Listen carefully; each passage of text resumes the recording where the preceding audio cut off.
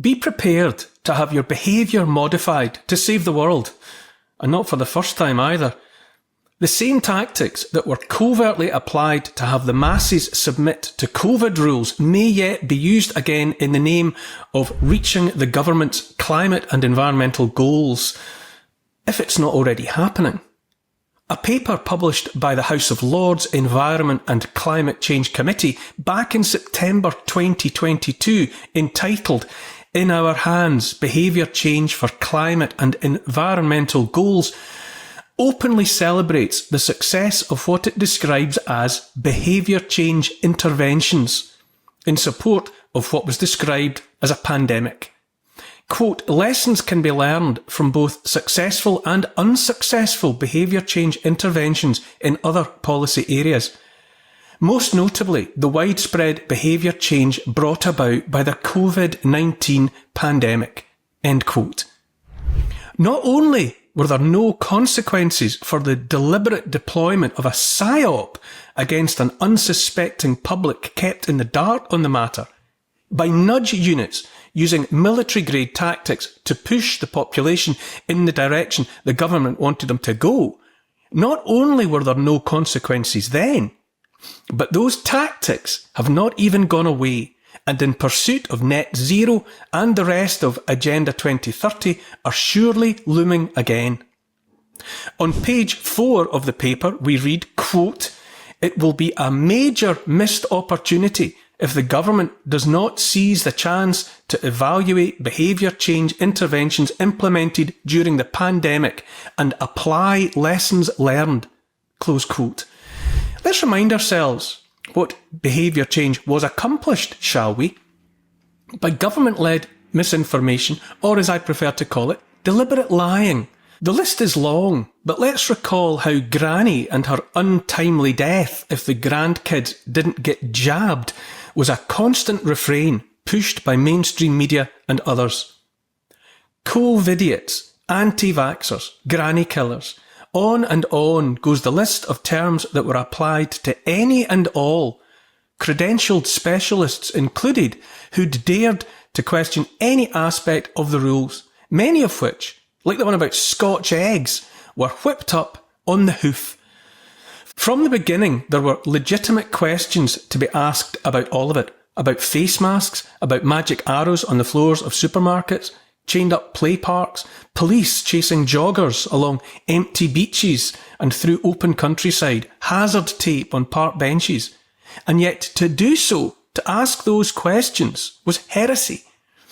And yet, despite us knowing as much, the 2022 report about the prospect of seeking to modify our behaviour draws attention to how effective the government-approved broadcasting regulator was at helping control the message to the unsuspecting public, and licks its metaphorical lips at the prospect of doing the same again to push the climate crisis agenda.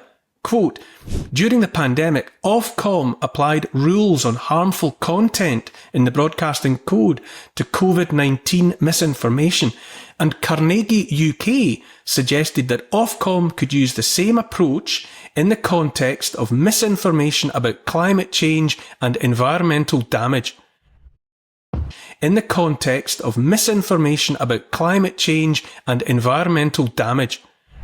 It's undenied fact that even the military, in the form of the 77th Brigade, a specialist British Army unit focused on information operations and psychological warfare, was among the tools deployed as so-called nudge units to herd the populace down the road to unquestioning obedience.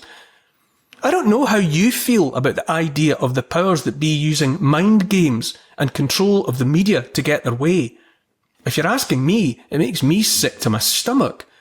Knowing they did it all before, to manipulate an entire population into a state of fear that made most all too ready to do as they were told, that they know we know that's what happened, and yet they're doing it all again in the name of net zero, makes me furious. Do you think it's the job of those elected to serve, entrusted with the safeguarding of the people, to seek to change your behaviour? Are you happy with the thought of being made into some sort of performing seal, clapping on command? that those who claim to govern look back on what they did during the COVID debacle, actions that ruined or ended lives and enabled the greatest transfer of wealth from poor to rich in all of history, and see it as a success worth building on, should have us all on our feet asking questions. Most galling to me is the celebration of the control of information made available to the tax-paying, law-abiding population that elected them to serve. During COVID, masses of information that might have helped people make, let's say, better informed choices about how to behave and what to do were ruthlessly suppressed.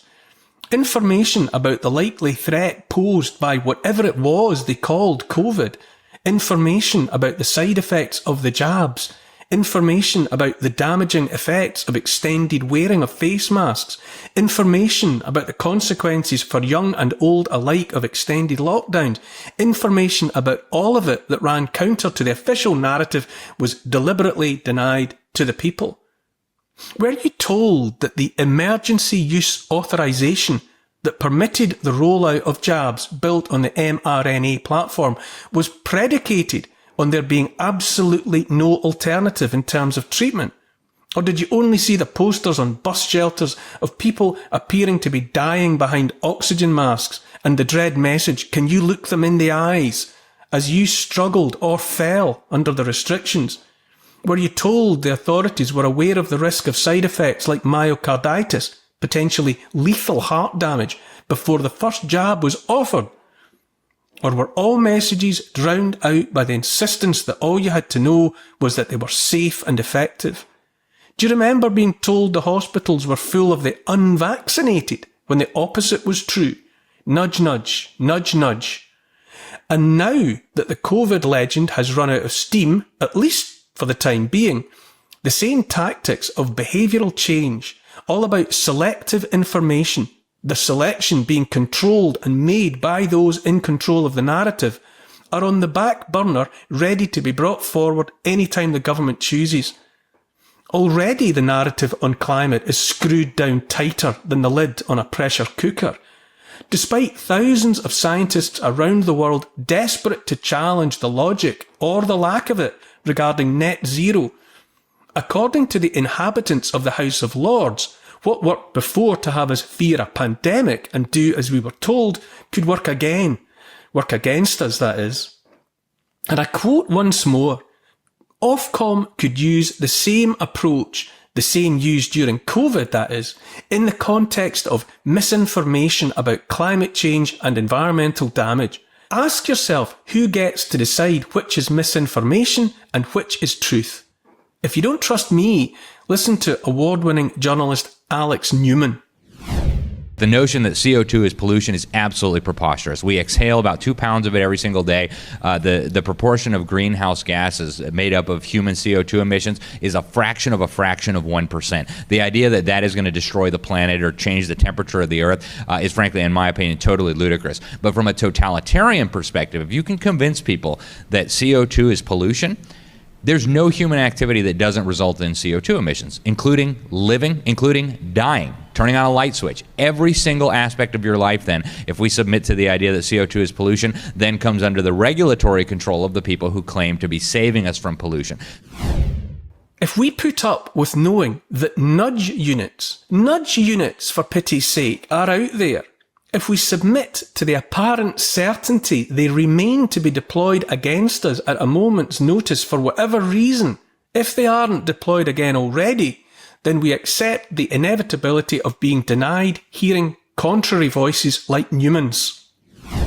So when they do these environmental studies and they say, well, your CO2 footprint will be smaller if you eat bugs or you do this, that, or the other, you drive an electric car, that doesn't show anything about whether that's going to benefit the environment or not. In fact, CO2 has actually been very beneficial for the environment. In interviewing Trump's climate advisor, Dr. William Happer, a physics professor at Princeton University, he said the Earth is starving for more CO2. And since we've had a little bit of an increase in atmospheric CO2 over the last 100 years or so, plants have gotten much greener, agricultural yields have improved. So I think we need to also talk about the fundamental presupposition here. Is CO2 really pollution? If it's not, then all these alleged environmental benefits are completely fictional. Brits born before. It's hardly just one voice that will be silenced as inconvenient.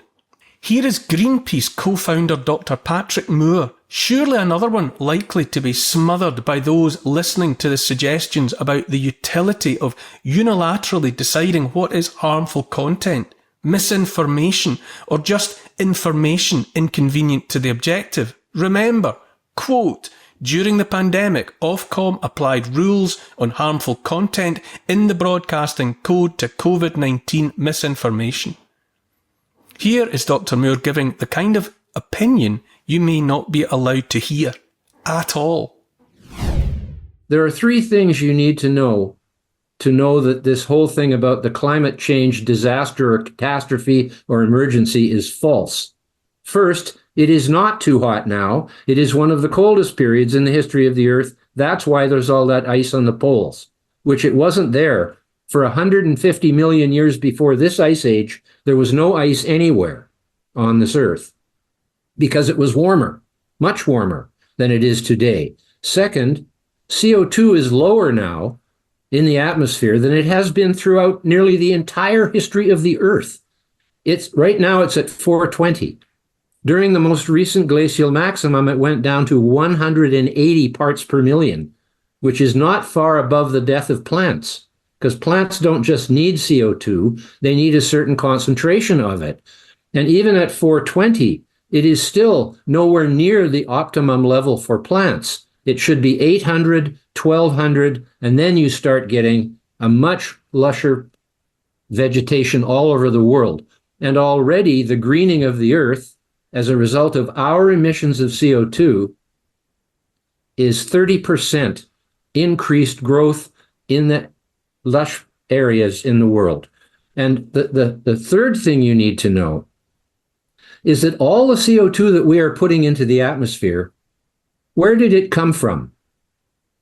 How did it get in the fossil fuels? By plants pulling it out of the atmosphere and the oceans, the plankton in the sea, the vegetation on the land turned into coal, oil, and gas, and were lost from the air and the oceans. So all we're doing is replacing carbon dioxide. If there wasn't enough CO2 for the plants, we would all die too, because in the final analysis, plants are the bottom of the food chain. And so how can people be worried about putting CO2 back into the air and water, which was there in the first place? There's nowhere else it could have come from. It didn't come from Mars. It didn't come from the rocks. It came from the air and water, where it was much higher. And now we are replenishing the CO2 to a much better level than it had gone down to. We are the actual salvation of life on Earth. No other species could have done what we have done by burning the fossil fuels for energy. I'm no expert, not on pandemics, not on climate, but I know I want to hear from all sides in any world-changing debate. For now, the likes of Dr. Moore can be heard online, but when did you last hear him and others like him raising contrary voices on mainstream channels? The adversary is so blatant now, openly considering and recommending the perceived need to change our behaviour, so we'll do what others want. Don't forget either that while our behaviour is set to be changed, those pushing that change on us will continue in their merry way with the best cuts of meat, private jets and super yachts. All of what I'm saying here comes before the perennially wise advice to follow the money, but that's a story for another day. When it comes to existential threats, I want and demand more information and not less. I want to decide for myself, having heard and read whatever I want, which sounds to me like misinformation and which sounds like the truth. We know they nudged us before. Do you want to be unknowingly nudged again? Fool me once, as the saying goes, shame on you. Fool me twice, shame on me.